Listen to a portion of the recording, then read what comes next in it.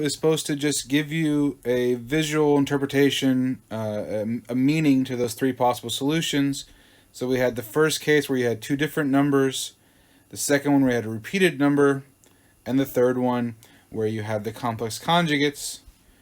Now, the case where you have two different or repeated, they look pretty similar here, but if you were to trace along the graphs, they're going to kind of peak at different times here.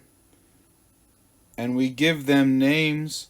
The one where it's a double root, that's where everything's perfectly lined up. That's called critically damped. The other one, we're going to call that overdamped.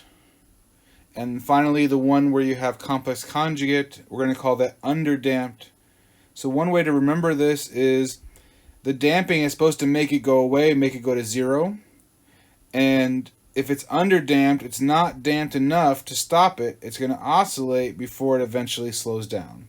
So that's why it's not damped enough, so it's underdamped.